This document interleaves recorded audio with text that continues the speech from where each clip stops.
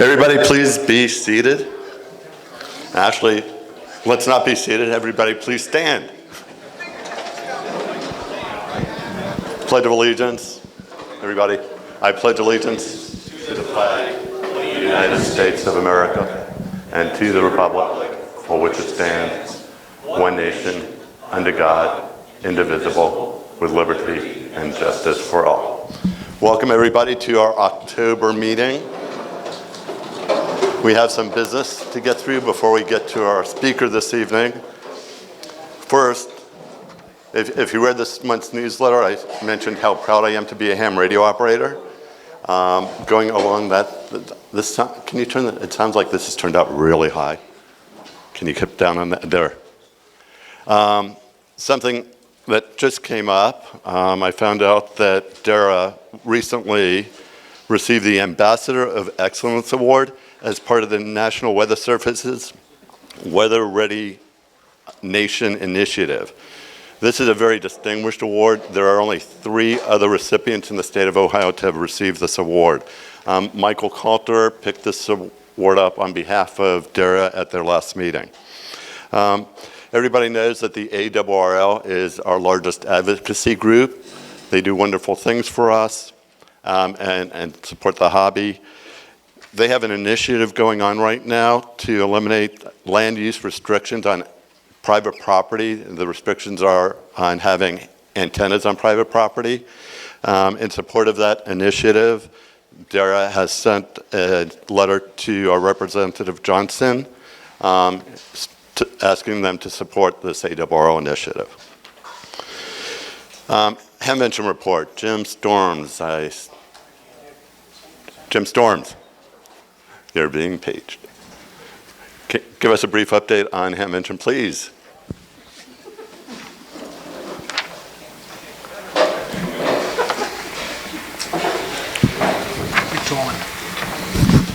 I was just over there greeting a guy who's here for the first time. Oh, welcome. So that's what I was doing.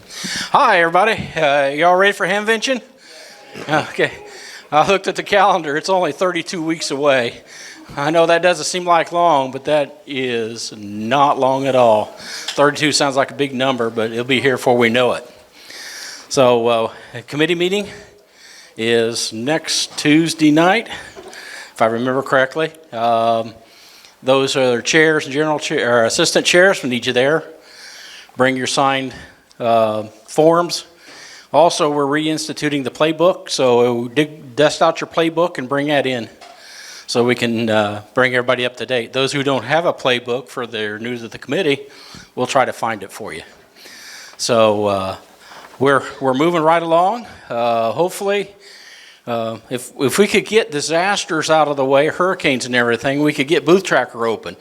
But some of our key people are down there working with Task Force 1 and all that, so we're going to run a little bit behind getting this started. So hopefully tickets will go on sale soon. And we're looking forward to a really great time. Thanks, Jim. Licensing, Chris Jebbins, anything new in licensing? There's going to be a license exam on the 15th at 10:30 in the morning at the B Road Clubhouse. And as always, license exams through us are free. Awesome. And Bob is next. Bob is next. Education is progressing nicely. Tomorrow is the last session. We'll wrap up the technician class, and then, like Chris was mentioning, we'll have a bunch of new technicians the following week on the 15th. On the 22nd, Dan is going to start the general class. And I have the license manuals. If anybody needs a license manual, I have some of these here with me tonight, and we'll have more on the class. Again, that's 9 o'clock in the clubhouse on October 22nd. Thank you. Awesome. Bob Baker, public service. Bob, there you are. Come on down. Thank you. Spent a lot of the day running around trying to figure out what we're doing with the event. That's Sunday morning. And that's Sunday morning is the Tour de Gem. It's a new event. It's a bike tour to raise money for charity.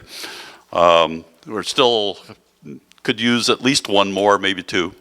And the last meeting, we had an announcement and got some volunteers from that, and here we go again. Anyhow, but I have the events that are on the calendar for the rest of the quarter, and I'll tell you about those.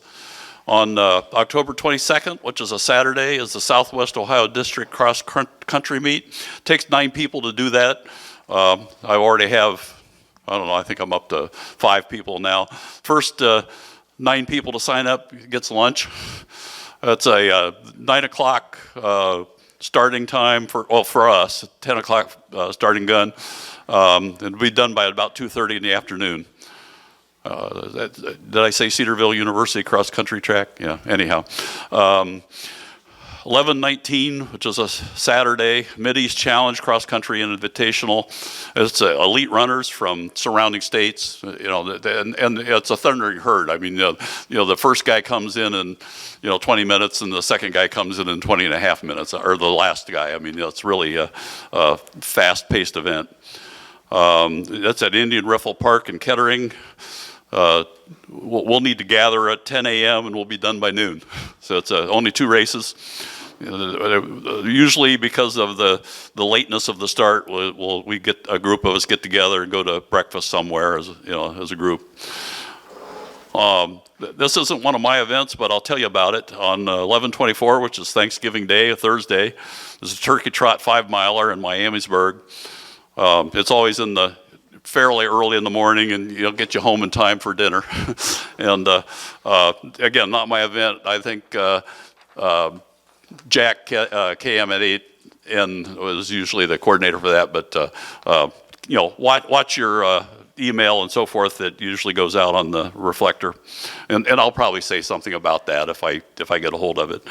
And then finally, a resolution run on New Year's Eve, 12/20/31, which happens to be a Saturday this year. 5K race from Beaver Creek High School and the surrounding residential area. Starting gun is usually at 8 p.m. The race lasts just over an hour. If you'd like to just show up to Beaver Creek High School, find this big white truck in the back, and you need to be there by 7 to get an assignment and get out on the course before they close the streets. If you want to pre-assign, drop me an email, n880@arrl.net. A long-standing tradition is a potluck snack buffet before the event, which will start at about 6:30. And it's likely that we'll have a VE test session. That hasn't actually been scheduled yet, but we'll try to make that happen. So ring in the new year with an upgrade. Questions? Thank you.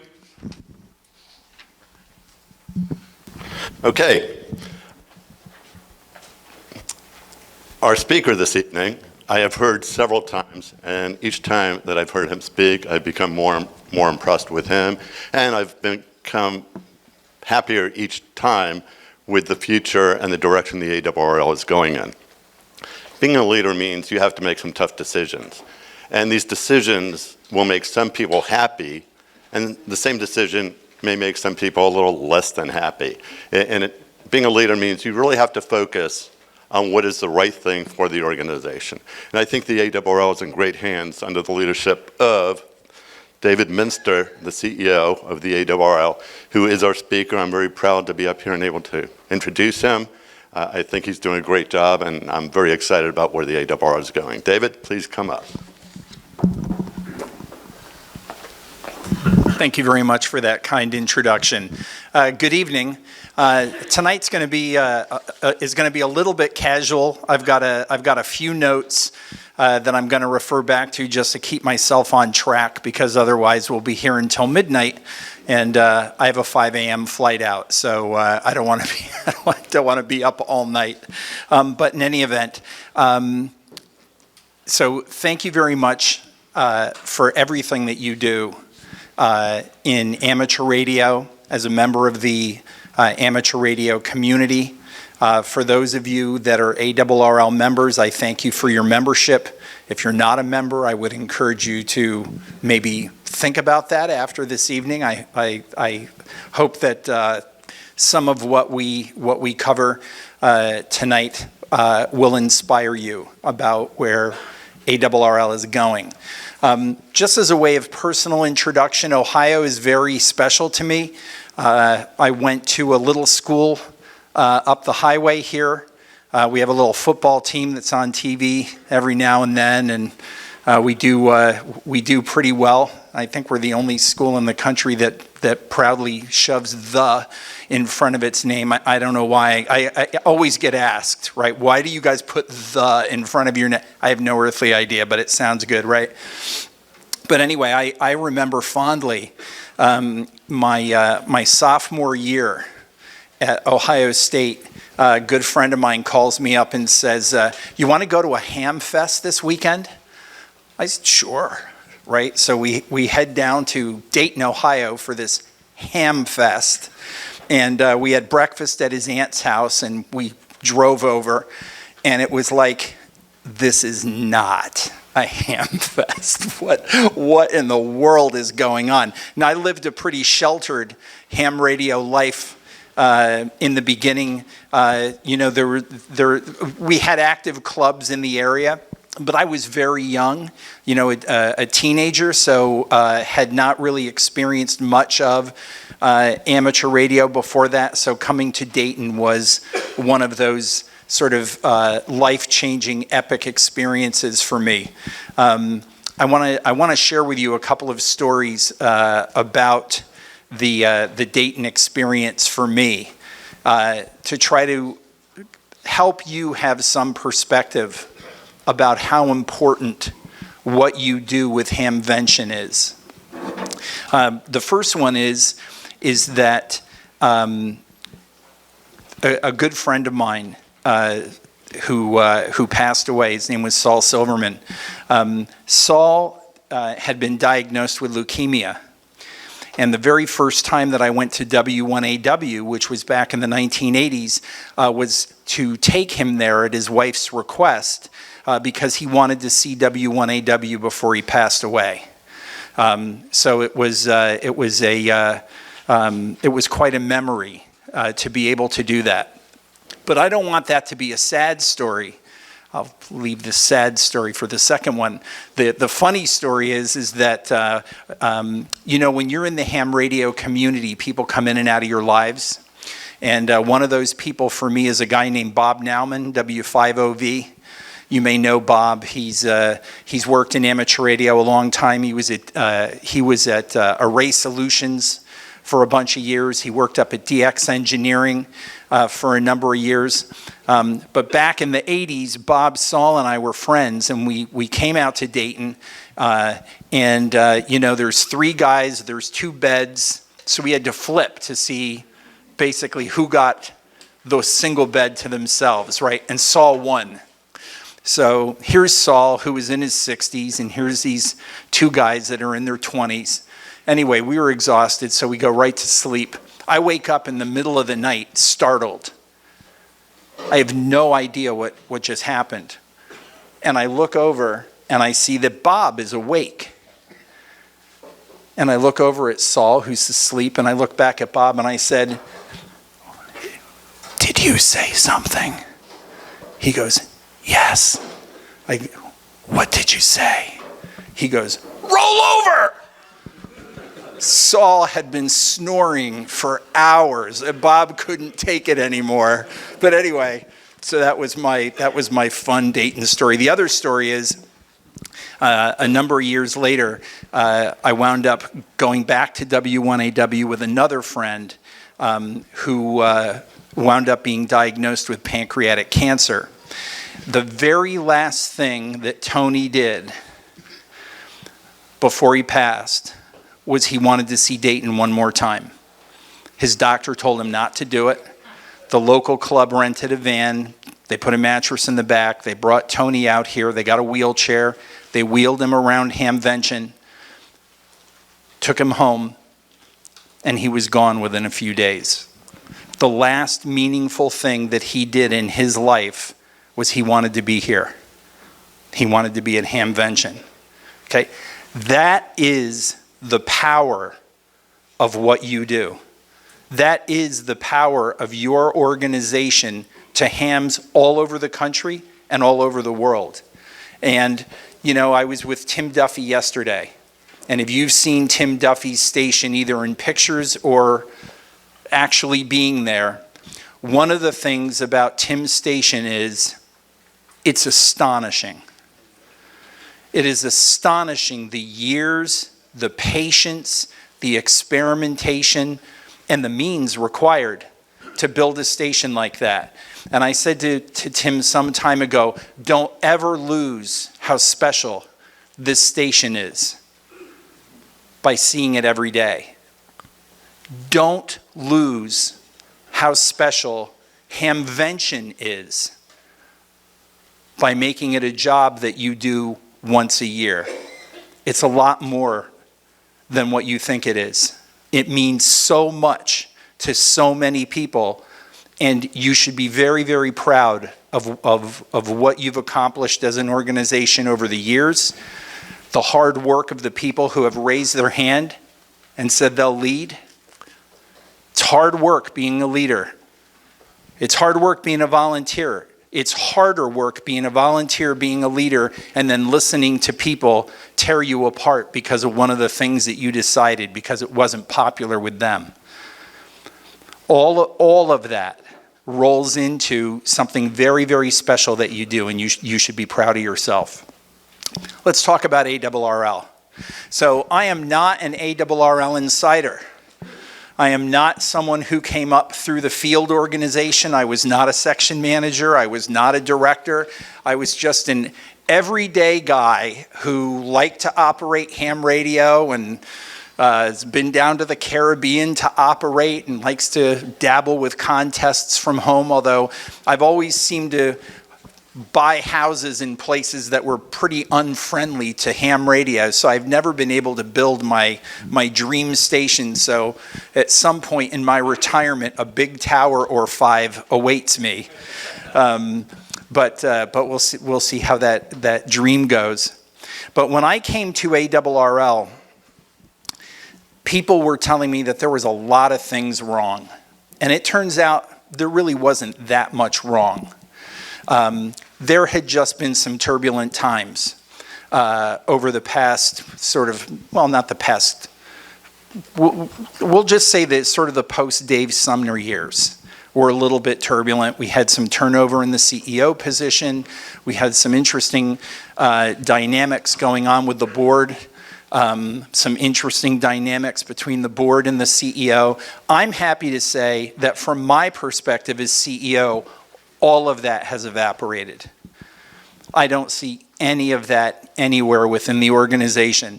In fact, I recently wrote a column in QST about our board, about how hardworking they are.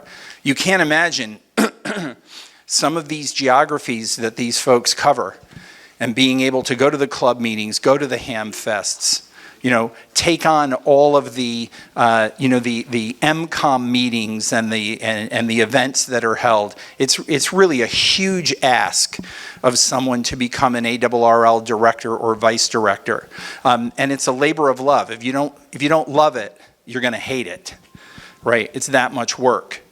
When I came in, I found an organization that was buried in COVID. Half the organization was working from home. Here's a little funny story. So after I wasn't hired, by the way, which was a new event for me. It turns out that I was elected by the board. I didn't realize I was running for CEO. I thought I was interviewing to be hired. But in any event, so after I was elected, my boss, Rick Roderick, who I'm sure you all know well, K5UR, he says, do me a favor and get on up to headquarters and meet with Barry before Barry retires, heads off into the sunset. So I ran up, and we're sitting there, we spent the day going through a lot of things, and then the question was, which days do you think you'll be working at headquarters? As well, Monday, Tuesday, Wednesday, Thursday, and Friday. I said, well, but wait a minute, we're only allowed to have half the employees here, so we're going to have to figure out how we balance who comes in. I said, well, I'm the new CEO. I need to be here 5 days a week, so we got to figure this out, right? And so we did. But the staff at ARRL, through the pressures and the concerns of COVID, the restrictions, came through with flying colors. The commitment that they showed to members through all of that was really fabulous. And I'm very proud of in particular, our member services group for really hanging in there, so that for the most part, there was very little that missed a beat during COVID. Today, ARRL looks quite a bit different than it did 2 years ago. We have a number of new directors, not board of directors, but director and manager level people. I recently restructured our sales and marketing organization. The board also has been taking a look at how they execute, and a year ago, July, created a new what's called standing committee that deals with field service and emergency communications. So they're looking at the section managers, their cabinets, and also taking a look at our organizational and outside organizational relationships and how we execute MCOM. But we have some fabulous people that we've brought in. If you take a look at MCOM, for example, we have Josh Johnson, who we brought up from Arkansas. Josh has many years of experience in MCOM. You wouldn't know it. He looks a lot younger than me. Just a really, really good-natured guy. He's able to sit with a bunch of folks that have really strong opinions about MCOM, what it is, it isn't, what it should be, and he's a peacemaker. He's a very, very sharp guy. We have someone new in charge of field services. I say new. He's probably been with us now for going on a year and a half. But Mike Walters. Mike has been fantastic with regards to working with the section managers. When I started at ARRL, one of the things that I was told was that clubs are dead. So we're not paying attention to clubs. And I felt that adrenaline rush coming on. So we sort of changed our minds about that. And we've been very focused on how we can work with clubs, large and small. And one of the things that came out, we had a president of our foundation, David Woolweaver, who went to ARDC and said, look, want to figure out a way to fund some kind of a club grants program. And so we've rolled out with ARDC's funding. Does everybody know ARDC? Everybody knows them? Okay.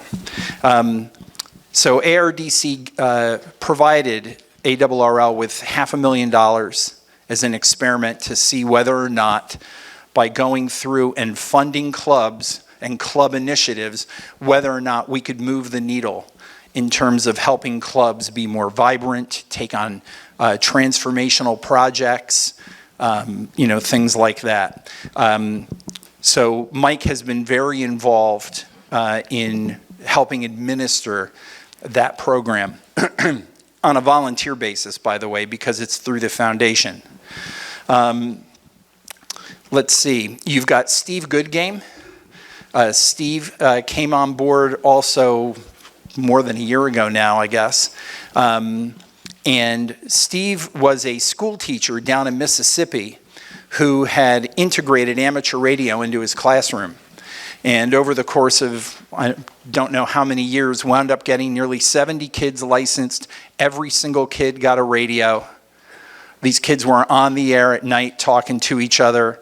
They've gone through various levels of upgrades.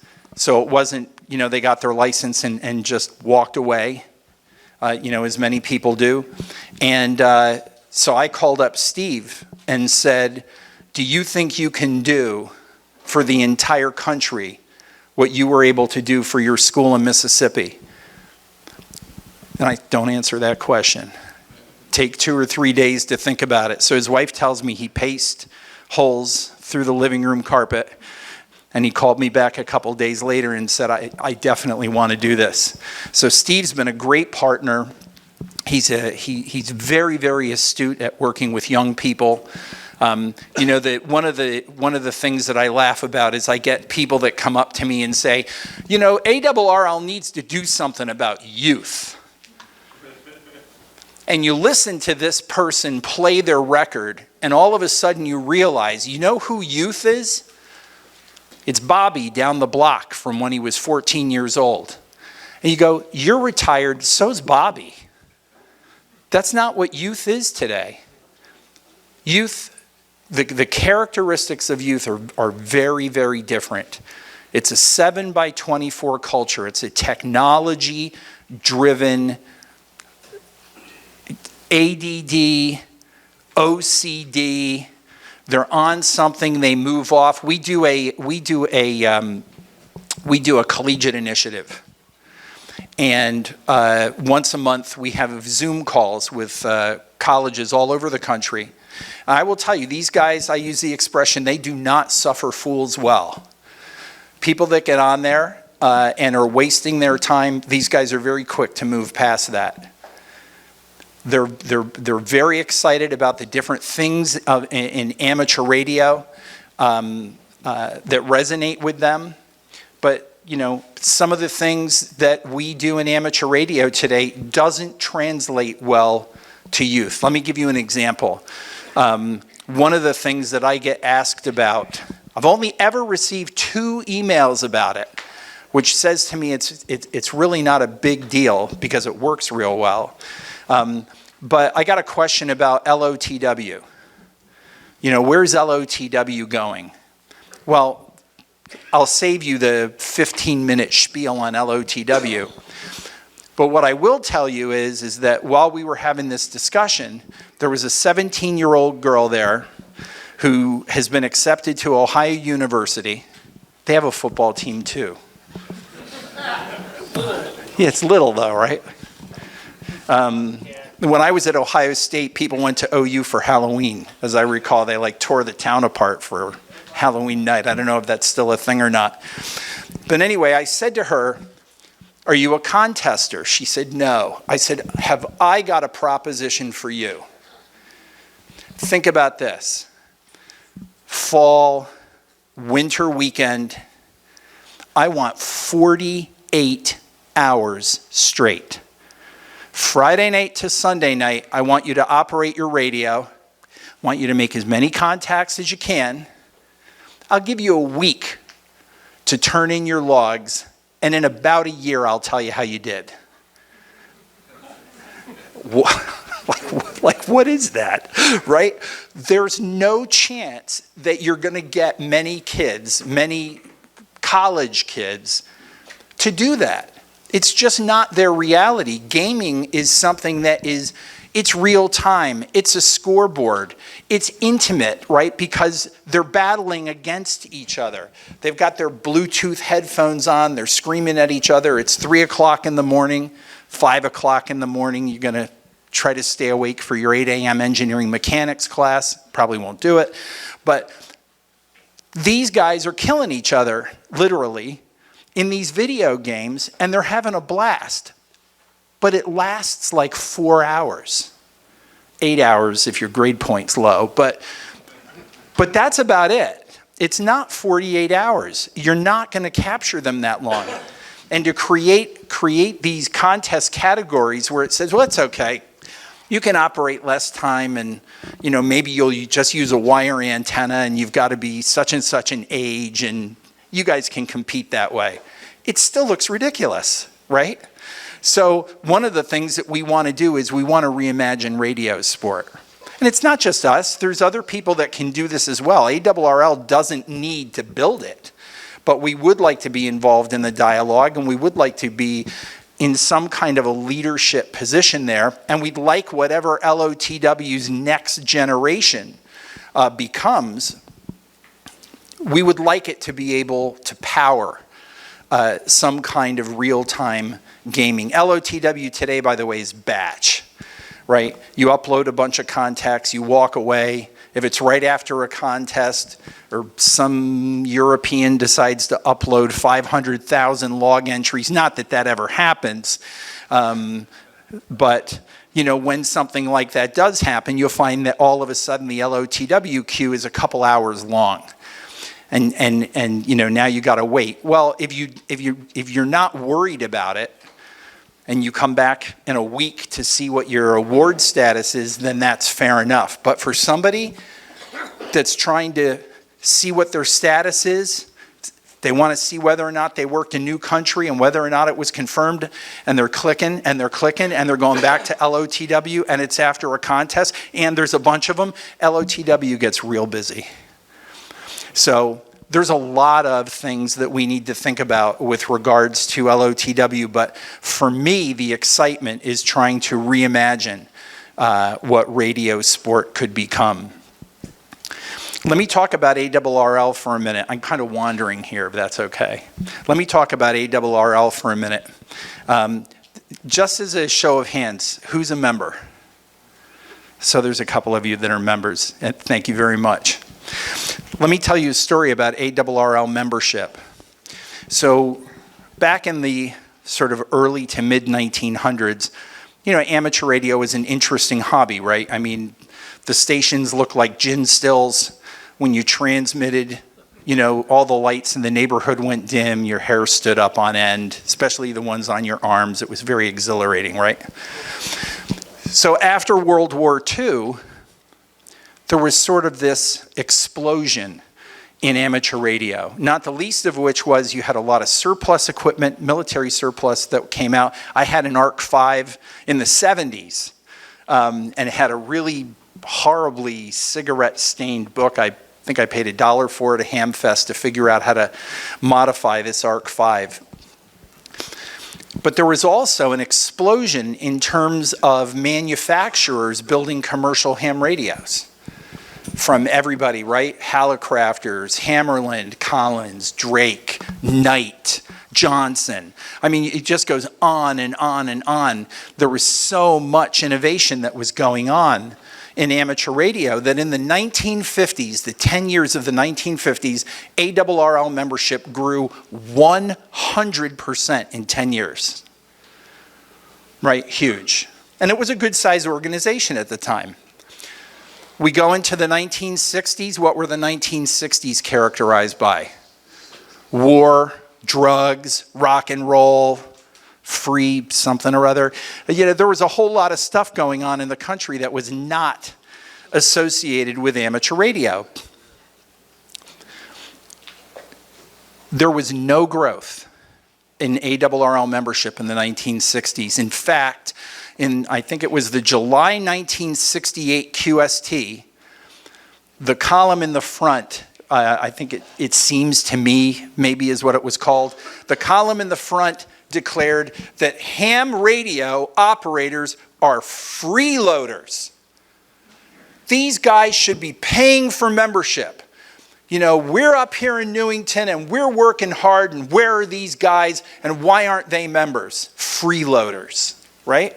Okay, so we roll into the 1970s. What happens in the 1970s? Tens of millions of Americans race to HF. Tens of millions of Americans are buying base stations, mobiles, handhelds, movies, country music songs, right? What do we do as a community? Because I know, because I was started as a CBer. What did we do as a community? We looked down our noses at them. Compare for a minute the difference between amateur radio and CB. Amateur radio in 1914 had an organization get started that represented the hobby, that went to Washington to fight to get hams back on the air after 2 world wars, worked with the FCC to be able to get spectrum, dealt with a lot of the rule changing that makes amateur radio what it is today, right? Promote and protect. CB had none of that. There was no training.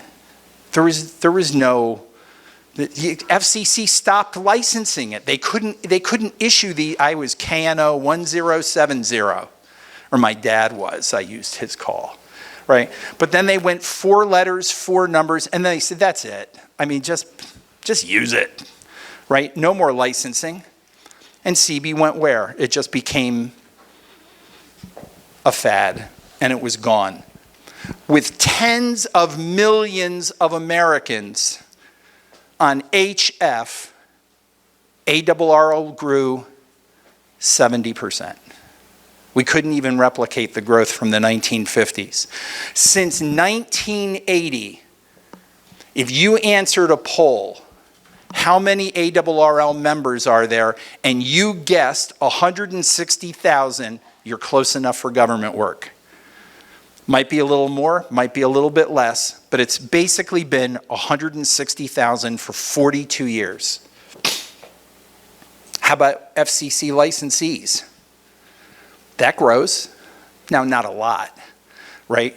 If you read the statistic that there's 30,000 new licensed hams every year, it doesn't follow up by saying, and there's 20,000 that got swept out of the database. So you net 10,000. So you get about 1.5% growth every couple years, something along those lines, right? Why is there such a huge gap between the number of licensed hams and ARRL members? This is the big question. This was one of the first things that people said online about this nice guy that became the CEO. He's a nice guy, but they really suck, right? That's what's said. Why is there a disparity between roughly 780,000 licensed hams and 160,000 ARRL members? But wait, there's more. Those 160,000 aren't all Americans. You got to take them out. There's family members in there. Do you take them out? Maybe some of them, right? I don't know. But it's worse than even they think it is. And here's what I've learned. There's one truth about being an ARRL member. You got to be active. You got to be interested in the hobby. Amateur radio is a hobby of hobbies, right? There's all kinds of it's a big buffet. There's a lot of things that you can do in amateur radio, and it turns out that a lot of them are intertwined. So if you get interested in satellite, and you've worked whatever, 300, 400, 500, 700 grids, all of a sudden you wonder, I wonder if this thing could bounce signals off the moon. And all of a sudden you find yourself playing around with software and with well, probably bigger beams, but not monster stations, but you wind up going into EME, right? You do net traffic handling, and all of a sudden you wonder what role you might play in an MCOM group.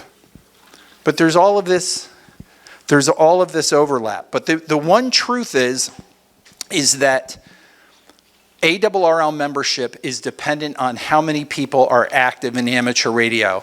That is a number that should get people concerned about what role do clubs play, and this is a big club, in terms of getting people active in amateur radio. It turns out that a little over 50% of licensed hams in this country are what? Technicians, right? We made it easy. You know, there's no code. On my QRZ page, it says KNOW, no code, right? I'm a little bit of a CW fanatic, so I have a bias there. But so we went with no code. Here's another Dayton story. I'm walking through ARRL, and there's a guy, maybe some of you will recognize his name. It's a name hard to forget. His name was Dick Bash. So I was a student at Ohio State. I didn't have time to study for my extra. I had my advanced, which damn near killed me. I thought it was such a hard test.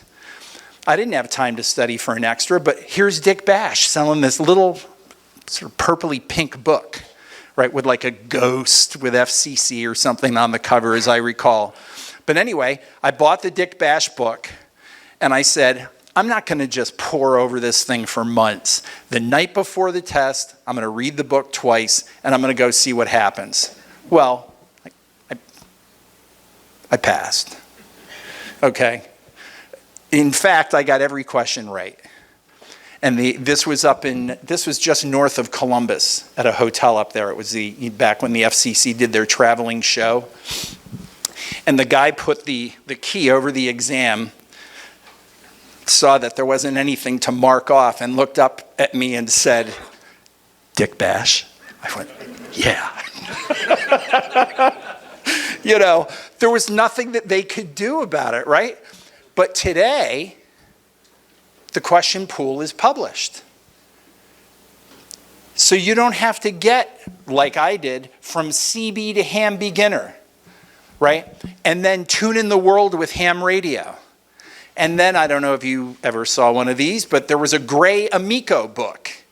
That Gray Amico book became a Bible for me. And some of the other books that were there. You had to learn this stuff. It was hard. As a teenager, I'm telling you, that advanced test nearly killed me. I hadn't taken logarithms in school yet. I had to go to my geometry teacher and said, can you teach me logarithms so I can understand what these questions are all about? And I had to go after school to figure out how logarithms worked. So today, that mountain isn't that high to climb. And as a result, we get an awful lot of people that set themselves the goal to become a technician. What do they do with it? That, to me, is where ARRL and clubs play a role. Now, I talked about CB before, right? Looking down our noses. You know we're doing it today, right? You're doing it today. You tell me who you're looking down your nose at. It's one word. Baofeng, correctamundo. Right? Here's a $35 radio, which, by the way, is completely capable, completely usable. Yeah, it's not, technically it's not ideal. It's not something that we're proud of. But that's not the point. The point is that there are people that have put their money where their mouth is. Now, it's not a lot, right? They paid $35 for it, ish, right? But what are we going to do when we come across people that have put their little toe in the pool to see whether or not the water's fine or not? We're not going to bite their foot off. So one of the things that I want to see us do at ARRL, and watch for it, is we need to create some kind of an advocacy for these folks. We need to have a book, From Baofeng to Ham Beginner. Seriously. You went and got the radio, what are you going to do with it? You know? You hear about preppers, right? What's a prepper? I mean, is it somebody that really took a 50-gallon drum and filled it with freeze-dried food and ammunition and stuff and buried it in a hill? No. No. But that's sort of the connotation that's along with there. There's a lot of folks that are out there, I think they call themselves overlanders, which I think is just camping out of the back of a Jeep. But, you know, whatever that is. But there's a community that is using radios, whether it's GMRS, or they're doing GMRS on Baofeng because it's inexpensive. These are folks that we should be figuring out a way to get them interested in using amateur radio. And beyond that, one of the most popular things in amateur radio today is POTA. Now, I'll admit, when National Parks on the Air came out, which was right after the centennial, which I got very serious about. I showed up 2 months late to the game, but I'm someone who's very competitive. And so I went crazy trying to work every W1AW portable station that was on the air for the rest of the year. I worked 2 on Hellschreiber. That's how serious I was about working as many W1AW. And if you don't know what Hellschreiber is, go look it up, download it, install it, and tell me how many contacts you make. You'll probably make 2 in a year too. But you know, that sort of that competitiveness, you know, really drives me. And where I really want it to go, in particular with this sort of Baofeng advocacy, is to drive as many of these folks as we can into the hobby. And then we can grow our ranks. We can grow ARRL. Let me talk about ARRL finances. So ARRL from about 2001 to about 2016 didn't raise its dues. It raised its dues in 2016, I think quite a lot. I think it maybe went from $34 or $39 to $49, something like that. What do you think happened? All hell broke loose, right? People went crazy because it was such a huge increase. And the board at that time said, we should never ever do this again. Well, this January will mark 7 years that we have not taken a dues increase. And think about what's happened in the world over the last 7 years, right? Everything has gotten more expensive. Some things ridiculously expensive. Supply chain has been very difficult on ARRL publishing. There are people who noticed, was easy to notice, that the May QST this year was printed on different paper. We got a telephone call, said you're not going to get your paper, so you're going to have to not print that magazine. No way, right? No way.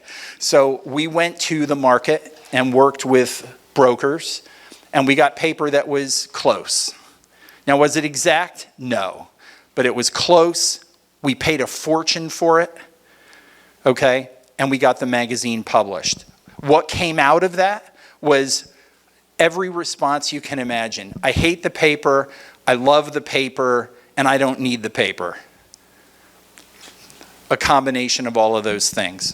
One way or another, this is not an announcement. This is just a statement of fact. One way or another, at some point, we need to do something about the dues structure at ARRL. There is a whole lot of good that ARRL does for amateur radio that goes beyond a magazine. And getting everyone to understand exactly what those things are is critically important. You know, I just finished writing my my November column. And my November column talks about spectrum defense. There's an organization that I knew almost nothing about before becoming CEO. How many people here think that they could come up here, grab this microphone, and for 10 minutes explain to everyone what IARU does? I couldn't do it. I know what they do today, but I didn't when I became CEO, not to that level. You know, we have a WRC coming up next year. Now, we've known what's on the agenda for a long time, but for 3 years. But this is where the rubber hits the road, and where IARU and ARRL will have representation at that conference. And it's important for amateur radio to have a voice. If amateur radio doesn't have a voice, if there's no influence in all of the members that show up to this international conference on the use of spectrum, the spectrum goes away. You know, we spend 6 figures every year on spectrum defense. We have a spectrum defense fund. It turns out that there's a whole group of people that love collecting Spectrum Defense mugs. They're almost like they're Olympic gold medals. You know, they've got their shelf, and they have them with pride because they've been putting their money where their mouth is in terms of Spectrum Defense. But anyway, there's a lot of stuff that goes on at ARRL that $49 just doesn't cover, right? So we're going to need to sort that out at some point. But the other thing is that the way that I look at it is we need to change the business model of ARRL. Both of my kids went to a little school in upstate New York that does have a football team, but nobody comes to watch it play. They went to Cornell. And Cornell doesn't take its operating budget, divide it by the number of students, and send everybody a bill. If they did, no one could afford to go to school. So these schools use their endowments and the earnings off endowments to do all of the things that they need to do to operate the school. And yes, there's a competitive tuition that gets charged. That's sort of where kind of all the private schools are, right? But the way that these schools distinguish themselves is in the way that they manage their endowments. And ARRL last year put together a group to take a look at our endowments, the way they're invested, what the investment policy statement stated, to take a look at how do we generate income off of these endowments so that we can take that, add it to the dues, and continue to operate ARRL. This year, we're operating right around a $1 million deficit. So if you do the math, it's under $10 a member, right? That number is going to get worse. If you take a look at QST, everything got more expensive this year. The paper, the ink, the printing, the handling, the postage. I'm sorry? I'm sorry, I was speaking on a turn. The problem would be paper. We're in the 21st century. Well, We're still on paper. yeah. If you ask people, hams, are you happy to have your printed magazines go away? The answer is no. It's not 100% no. But there are people that want to get their printed magazines. Tim Duffy, again. I was at Tim Duffy's station yesterday. He took me upstairs in he's got a barn there that they use for, all their parts and their spares, and there's a kitchen and a sleeping room. They have a reading room. And it's QSTs, it's CQs, it's NCJs. They've got them all there. So we're in the process of making decisions about QST because the paper that we print on is going away. And we've been told you can go lighter in weight, you can go heavier in weight, you can go smaller in size, you can go bigger in size, but you got to pick. I am not going to go lighter in weight because you know what's going to happen to the pages. I am not going to make QST bigger or smaller than it is today because I'm going to get a call from a guy like Tim Duffy that says QST doesn't fit on my shelf anymore. Right? What did you guys do to this magazine? Right? So we're trying to bring common sense as best we can to it, but these things come at a price. So it's one of the things that that we need to work on over the next couple years. One of the other things that I think is important, and you may not see it in an organization like this, but maybe you do. But I am here to tell you today that amateur radio has a leadership crisis. W1AW's Mecca, right? People have it on their bucket lists. People want to come to Newington. They want to see W1AW. You got to come to Connecticut. We don't have a section manager. We can't get a single person to raise their hand to want to be section manager. Now, I have theories about why that is, right? Same thing in North Dakota. There's no section manager. Kentucky, No section manager. Talking about the IARU before. You know, when you take a look at the IARU leadership, these are folks that have been around a long time. Dave Sumner is a perfect example.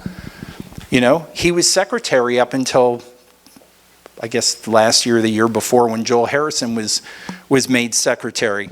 But what are we going to do? How are we going to find people in our community that are willing to raise their hand and volunteer? And as I said before, being a volunteer can be a lot of work. Being a volunteer leader can be really hard work because you and your integrity and your talent, all of those things come into question, right? It's really, really challenging. So how do we do it? For the people that do it, they know what everybody else doesn't know. It's very rewarding. If you love amateur radio, if you're passionate about the hobby, if you're passionate about the community, it's very rewarding. So next year, we're going to make 2023 the year of the volunteer at ARRL. We're going to have a year-long on-the-air event, and we're going to have a number of other initiatives that are going to be focused on getting people excited about volunteerism, training them up in terms of the different forms of volunteerism. But it's that feeling of satisfaction that you get from being a volunteer that we want to be able to share with folks, so that we can take a look at the leadership across the hobby and figure out, like, if you look at the ARRL board, we have some really sharp, younger, they're very funny, by the way, vice directors. You know, these are the directors of tomorrow. They're sitting in that second row and they're soaking it up, right? They're on the committees, they're on subcommittees. It's a really, really good group of folks. We have to do more of it. We've got to be able to bring younger people in to the volunteerism side of amateur radio, not just the operating side of amateur radio. So I'm going to wrap up with a couple points, 3 actually, and then if you like, I'm happy to take any questions that you have. And you don't have to be gentle, I'm a big boy. Right? If you remember how to spell my name, you've only got to get 3 letters in to remember what I'm going to ask you to do.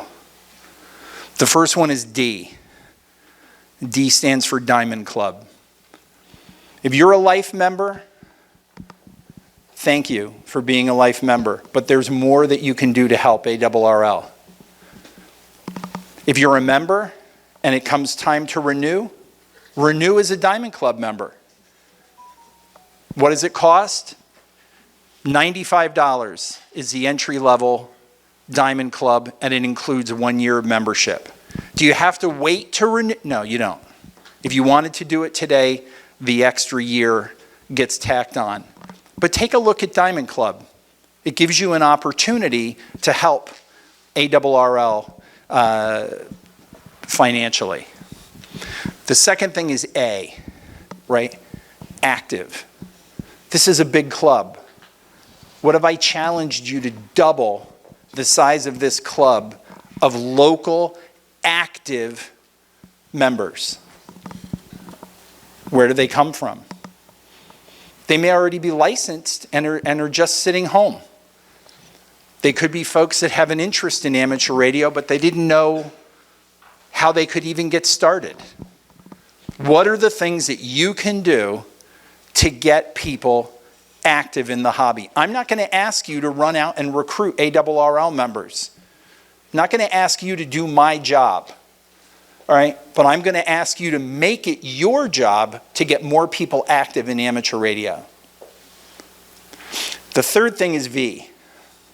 It's that volunteerism. Now again, this is a big organization that's loaded with volunteers. Next year, in 2023, challenge yourself to reach 1 rung higher. How can you do a little bit more for the organization and for amateur radio? What do you need to decide to do in terms of being not just a volunteer, but a volunteer leader? And ask for help from people who know what time it is in terms of being a leader, and they can help you with that. But no one else is going to raise your hand for you. It's an individual act. It's an unselfish act, right? You have to do that for yourself. So in any event, that's some of the stuff that I wanted to cover off tonight. I think maybe some of the other stuff will come out in Q&A, so we'll cover it that way. But how is that? Is that all right? Okay, so questions? What, ARRL is the leader in the antenna restrictions. What's the latest status? Okay, so you're talking about the HOA, right? So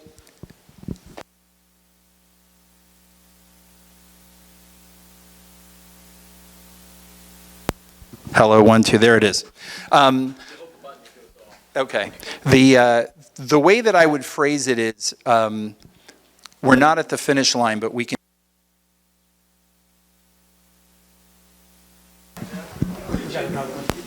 1, 2, 3. Put you on channel 2. That's not unusual. I wore the mic out. Right, so the HOA.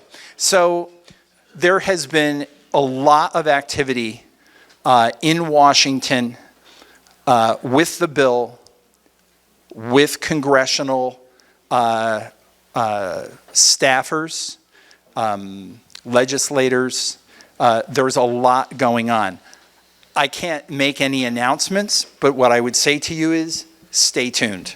Now, I am going to say this, right, because there was somebody who came up to me at Huntsville. He got very emotional. He had tears coming down his cheeks that it may be no.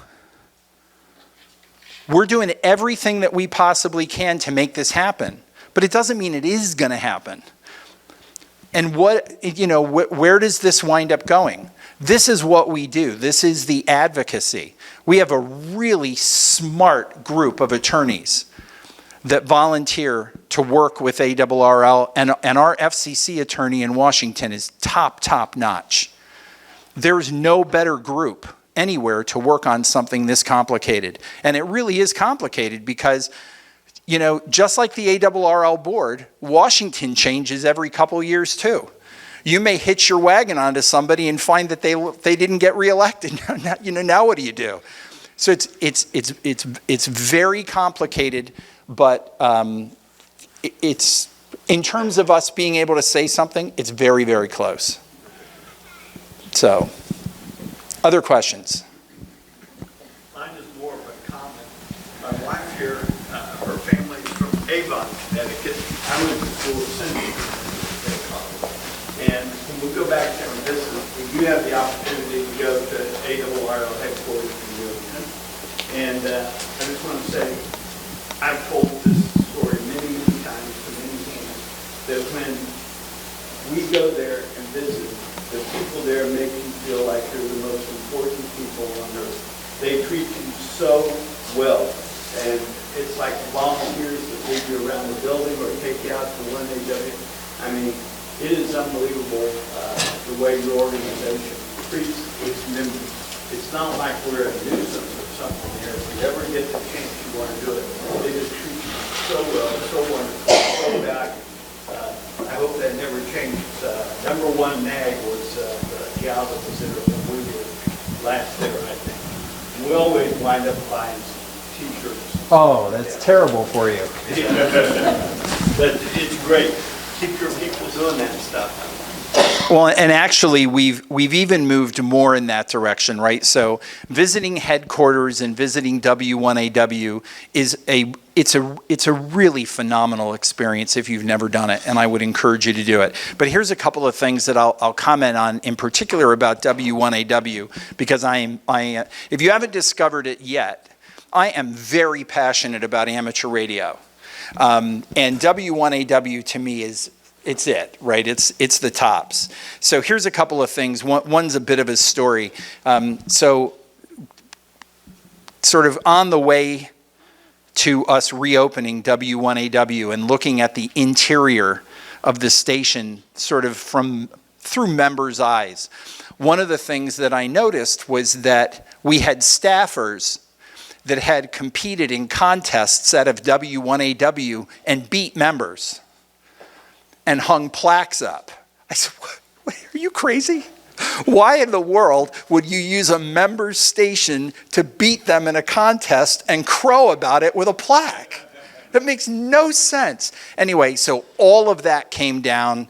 The station got repainted. It looks absolutely beautiful. Joe Karsha, who's the manager there, did some organizational work to realign things. If you bring your significant other, we actually have a little round table and a couple chairs, and I think there's a coffee maker or Keurig machine or something over there.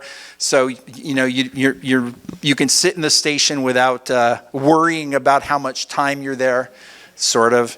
But in any event, we really are a member-centric organization, and you know, we've tried to make W1AW certainly feel that way. The other thing that I feel like we've lost our way with W1AW is, I think when you go to W1AW, you should see the latest and greatest equipment that amateur radio has to offer. And I think along the way, we've sort of lost our relationship with the manufacturers to get them to think that way.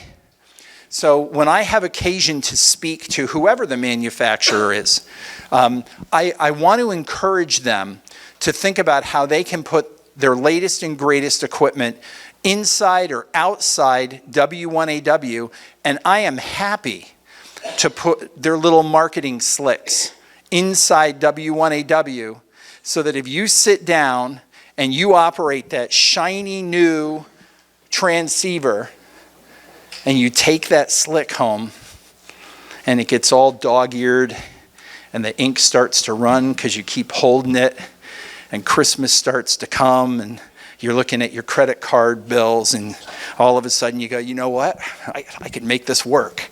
You know, if you aspire to buying a new radio and you've had an opportunity to use it at W1AW on our fabulous antenna system, to me, that's part of the magic of W1AW, and I hope that we'll be able to bring that to the station to make the experience even more special.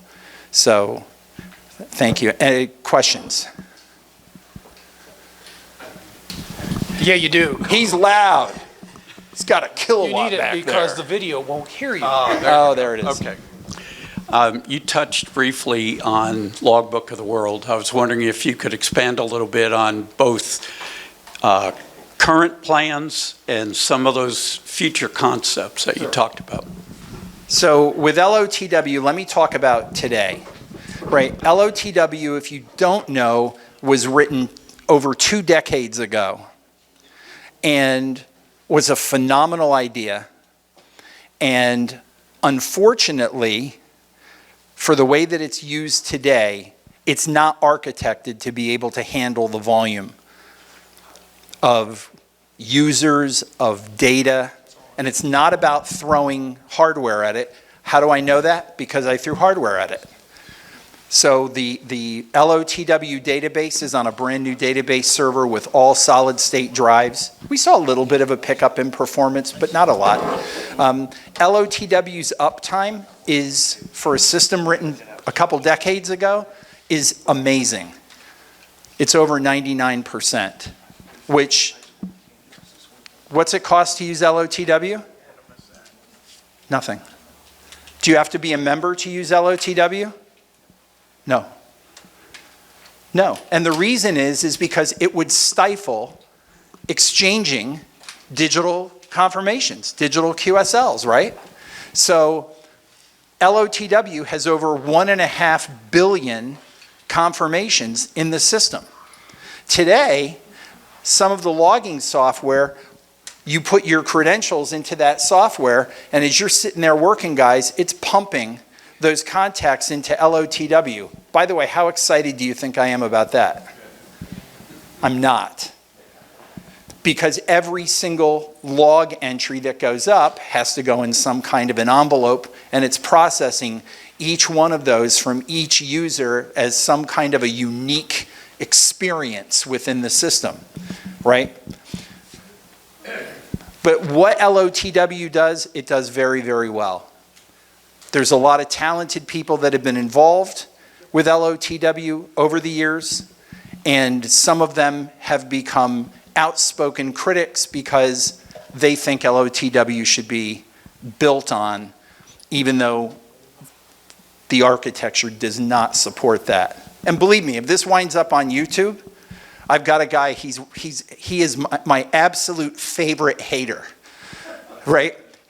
I guarantee you that there are online forums, this guy will be blasting me for what I said. So if you're watching this, I can't wait to read it, right?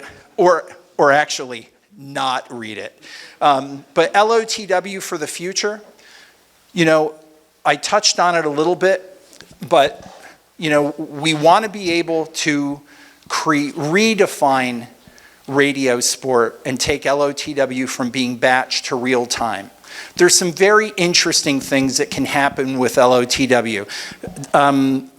If you think about a spotting network, how many people here actively spot contacts that they hear on the radio? A few, right? Now it's more common on FT8 because it's actually built into the software. You don't have to do anything. In fact, if you go to PSK Reporter right now and look at the map for NA2AA in the last 24 hours, I haven't been home, but my little ICOM 7300 and my little ARRL end-fed half-wave that's up in a tree in my little yard right next to Avon, Connecticut, everything that I hear on 10 meters is being spotted. So you can see what I heard with a, you know, pretty average station. How does that change when everybody that's logging in real time, now it's not on a volunteer basis, everyone that's logging real time into LOTW, if you want to see that there's a country on that you need to work, you're not reliant on the goodwill of other people spotting it. It's actually coming through LOTW. They're confirming it. It's going through the system. So your ability to see what's happening on the air, from my perspective, it improves quite a lot. So yes, there are the spotting networks. There's the reverse beacon network, which is a little bit like PSK Reporter, right? There's stations listening and reporting what they hear. But in any event, the biggest change to LOTW will be the architecture. Modern operating system, modern database, modern programming tools, putting it in the cloud. You know, there's a lot of good things that we can do with what LOTW winds up becoming. Now, we have a fabulously smart director who I think the world of. She works for, I love to tease her and tell her she works for this little fruit company out in California, right? So that's Apple if you didn't get it. But she named this next generation product Project X. So that's what we call it internally. And no, it's not smoke and mirrors, and no, there's no controversy, and no, we don't have the NSA involved, and no, we haven't started development or any of that stuff. We've had many solid discussions about where we'd like to see it go from a vision perspective.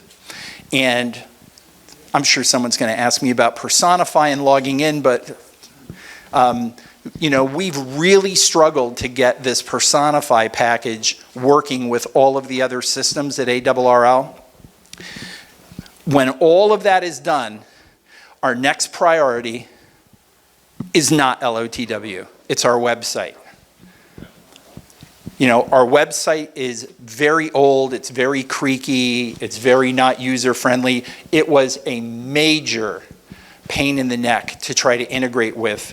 So we need to do something with our website, and while we're working on the website, we can begin the dialogue around where Project X goes. And if somebody beats us there in terms of the, you know, the real-time radio sport side, fine, then we'll just focus on that next generation of LOTW and call it a day.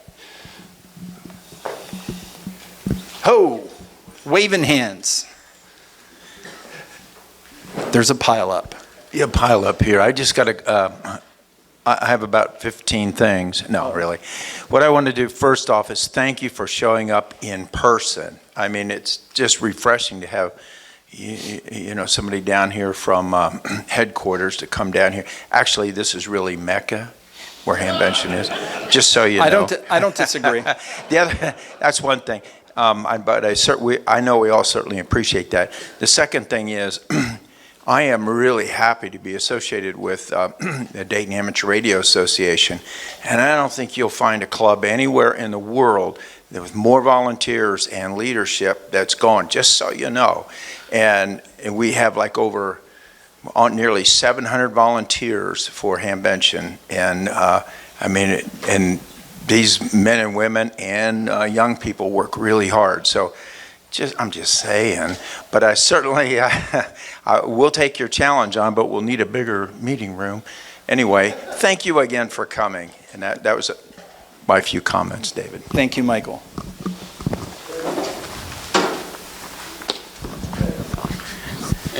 Okay, so as me being a member of WARRL, I've also used the magazines in my last English class as a way of sorting citations from it, and learning and education, and trying to get like college students interested in ham radio. And one thing I'm finding out about ham radio and technology around today is that a lot of people have the cell phones in their hands, and that's kind of where their attention is at. We need to we're in a competitive race in technology in that area. So like I said, I did the research and did a little history and technology. We need to up our technology to say, hey, our technology does not control people. It allows, we control it.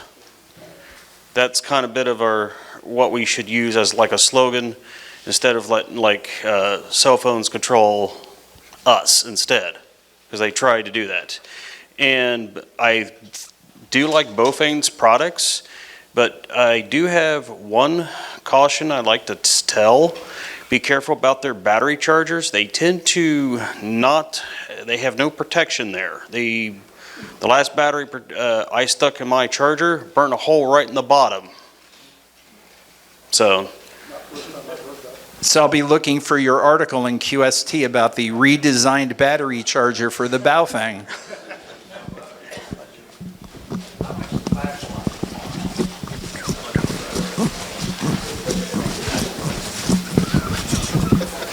Getting your steps in. Thanks again for coming out, Brian, N8UDQ. My question's a little deep for you, but I think it's important for everyone in the room. What resources do the ARRL have for clubs as well as individuals who would like to reach out to non-hams and try to get them interested? One thing I've noticed with hams, and I help with some of the club marketing, is we're really good at marketing to ourselves, but not necessarily people interested in the hobby. That's a great question. I think that, truth be told, we're embarrassingly light on that. I think you're right. I think that we're very good at taking people who have already taken, you know, they're on the hook in terms of radio, but bringing new people in to amateur radio is a real challenge. And to me, the big challenge is there are so many different categories that you could be marketing to. if you don't prioritize one or two or three, if you try to market to all 17 audiences, I think you're going to do them all equally poorly. So one of the areas that we have been focusing on has been, from sort of a STEM perspective, younger folks and our college students, and trying to build out the advocacy there. One of the things that we do every year is called Teachers Institute. And we've done 3 or 4 of these a year. And basically what we do is we fill a conference room with teachers, and we teach them what they need to know to put not amateur radio for amateur radio's sake, but more radio communication, radio technology into the classroom. We give them the opportunity at night to cram for their test. We give them the books and everything, and at the end of the week, after they've studied, they can take their VE exam. We've got 2 different levels of this, but we believe that it is something that is we're just chipping away at an iceberg, right? We need to be able to dramatically grow that program. One of the things that we did, we were not successful with our initial approach on this, but we're looking to get grant money to dramatically grow Teachers Institute. And one of the ways that we're looking at doing it is we want to take the teachers. You make a great point, right? We're great at marketing to ourselves. So we bring teachers that don't know anything about ham radio and go, that's W1AW. And they're like, that's great for you, right? We want to take them places that get them excited by being there. So one of the places that we looked at is Marshall Space Flight Center down in Huntsville. They do space camp there. They have facilities that we would be able to do a Teachers Institute out of. I've spoken to Kristen about whether or not we could do a couple on one of Apple's campuses. There's just something exciting about knowing that you're kind of meeting in the house that Steve built, right? And maybe have someone from Apple, Kristen and maybe a couple of her colleagues come in and talk about innovation. Right, the question before, the comments before about software and the fact that we drive technology, we don't let technology drive us. There's an awful lot going on from an innovation perspective in amateur radio today, and unlike what you saw 50, 70 years ago, in terms of radio innovation, a lot of this stuff that's going on today is really amateur radio as systems integrators. It's looking at what pieces to put together, how to make them talk, putting it onto a computer. It turned out the internet was not the death of amateur radio. The cell phone was not the death of amateur radio. FT8 is not the death of amateur radio. I mean, ARRL could probably have an April Fool's issue just dedicated to the death of ham radio, right? And go back and tell all the stories from all the years about what was going to kill amateur radio. But that innovation, that showing the teachers radio communication and getting them to sort of carry that enthusiasm and that passion back into the classroom is one of the approaches. In terms of what we're doing with clubs, we're not there yet. We're not there yet. We have an awful lot of work to do, but I'm confident that with Mike Walters leading field service, and with the fact that we've got a talented group of people on the board that are looking at field service and MCOM now, that those are exactly the kinds of things that are going to get prioritized, and then we'll see which communities that are sort of just outside amateur radio that we could market to and see if we could get them interested. I will say that ARRL committed to a 3-year presence at Oshkosh, and this was our 3rd year at Oshkosh. Set up a big booth. Turns out there's a lot of pilots. There's about as many certificated pilots in the United States as there are licensed hams. Their national organization is the AOPA, I've been a member since I was at Ohio State. And they have more than double the number of members that we do, which tells you what? These guys have to stay current in order to, their license may never expire, but they've got to stay current. It's the difference between life and death. So, they're reading things. My favorite article in the AOP publications is the one that talks about I'll never do that again. If you look at the AOPA safety videos, they start out with a quote that says, "I have to learn from other people's mistakes because I could never hope to live long enough to make all of them myself." So, in any event, anything else? Other questions? Yes, sir. This is going to be the last question. We need to wrap up here in a few minutes. Okay, I guess I have a sort of a suggestion, I guess. Talking about youth earlier, youth want to be involved in something important, and kind of like what he said over there. And one of the things that I see is stop calling it a hobby. Amateur radio is a service, not a hobby. The government doesn't license chess players. They license amateur radio. In the rules, it's referred to as the amateur radio service, not the amateur radio hobby. So we need to project to the public that we're serious, that we're not just a bunch of hobbyists or enthusiasts. It's called the Dayton Amateur Radio Association, not club. So maybe think about that. Maybe we need to be treated more seriously by the public. And I got into amateur radio for public service and doing disaster service. I served 20 years with the Red Cross through amateur radio. So that would be my suggestion. Stop calling it a hobby. Okay. So can I come back to you with that?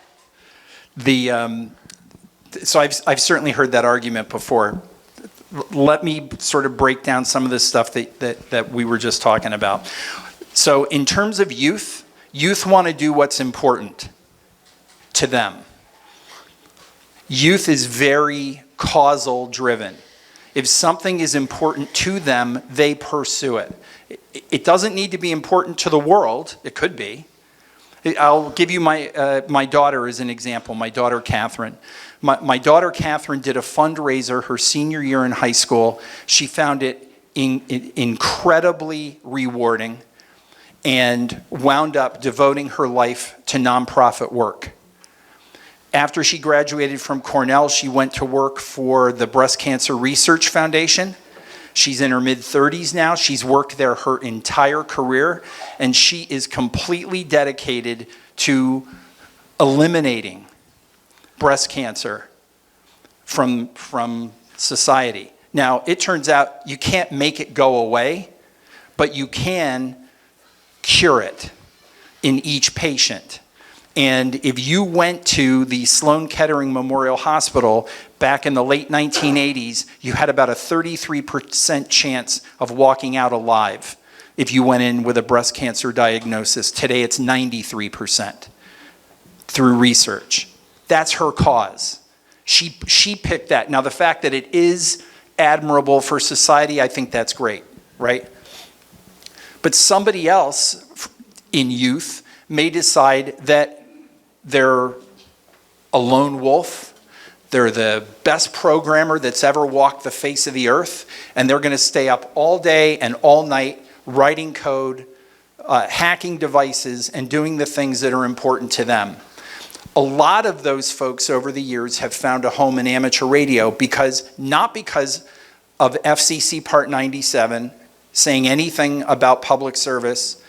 Okay, they did it because it was a technical pursuit and amateur radio provided them the toolbox to do that. And so today we have things like,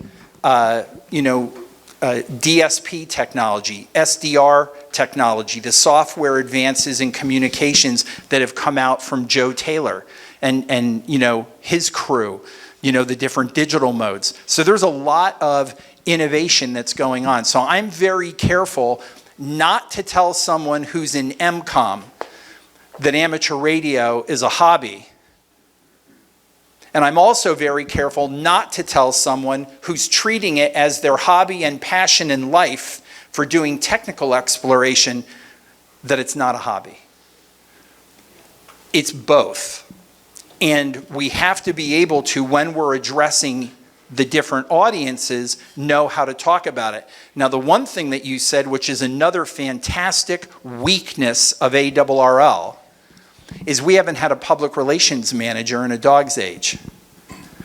It turns out it's really, really hard to find someone who's a ham with experience in public relations who's willing to come to Newington because they've got to manage a staff and be part of the team, right? So we've had a really tough time filling that position. I will tell you that it hurts me to know that our conversation with America, our conversation with Washington has been diluted because we haven't had a full-time person hammering away at this every day. I know that we're missing something there, and we'll come back to that. But I've certainly thought a lot about the hobby, not hobby thing. I hope that answers your comment. But I'm happy to talk about it offline. So anyway. Excellent. Okay, we do need to go. wrap up. A few quick comments to echo what Michael said. There's a great crowd here, and we are all very passionate about this hobby. Our board, the leaders of this organization, we don't always agree, but we go into the boardroom, we make those tough decisions. Hopefully we make the majority happy. We have vibrant discussions sometimes. But at the end of the day, when we leave the boardroom and we pass a resolution, everybody's behind it. We work as one. And I'm really happy to see the ARRL following that way. Can I get the board members to come up here for a minute? Michael, Mel, Jim, Keith, you here? David, please come up here. We had a vote, and this is fairly significant. We appreciate everything you've done for the hobby. You've made significant headway, and we are making you a lifetime member of the Dayton Amateur Radio Association. So, thank you for everything you've done and continue to do, and we look forward to seeing more great things out of the league. You can pay your dues to no. Thank you very much. So, everybody, one more round of applause for David here. Thank you. Thank you. Thank you very much. Dave Schwab, coming up. I understand that there was a message that should have gone out that didn't get out. So about the SIG. Thank you, sir. Just a reminder, tomorrow at 2 p.m. at the clubhouse is the single board special interest group. We're going to be talking about Raspberry Pi audio capabilities and the lack thereof. So we'll have some fun with that tomorrow. 2 p.m. at the clubhouse. Thank you. Thank you, sir. Quick reminder, our harvest party will be Friday, October 21st at 6 p.m. at the clubhouse. We will have hamburgers and hot dogs. Again, that's Friday, October 21st. We encourage attendees to bring a covered dish or dessert. We will also have our annual chili cook-off. There will be 3 categories of competition to be determined. Stay tuned. Are there any new members or anybody recently upgraded their license? Any new guests in the room? Please stand up and introduce yourself if you would, and welcome. Who's got hang on, I'll get you the mic.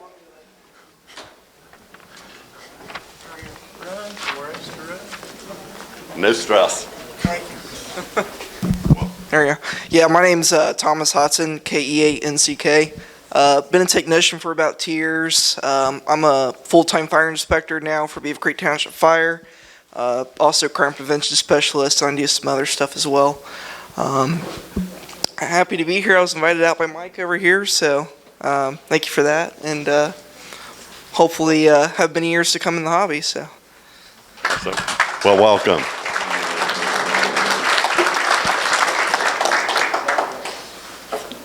Is there... Oh, standing. I'm looking for a hand. Welcome. Please introduce yourself. Hi, I am Ginger Reynolds Brandenburg, and behind me is my son, Joseph Brandenburg. We are originally from Dayton, Ohio, but we live in the volunteer state of Tennessee now, and we are visiting and guest of Susan and Chris Jevons. I'm trying to convince him into getting into this. Oh, you should do it. He's a youth. He's 16. Work on him. We should talk. Welcome. Anyone else? Any upgrades? Yeah, girls love ham radio operators. It's true. It's true, just us. That's why we all did it. Okay. Any upgrades recently? Okay. With that said, Michael, do you have a quick announcement? Do you need a microphone or you got this? Applebee's is tonight, as always on meeting nights. And also what Applebee's did, they were giving us 20% of a discount, and they upped it to 25% because they no longer have the 20% fee on their register. So Another good reason to be a ham radio operator.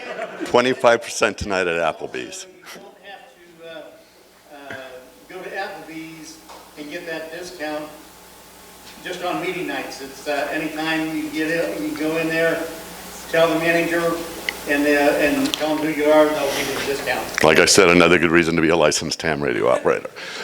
Again, groups meeting at Applebee's. Everybody's welcome to join. 25% discount tonight just for being a ham radio operator. That's all I've got. Our next meeting will be next month. Same place, same time. Everybody be safe until then.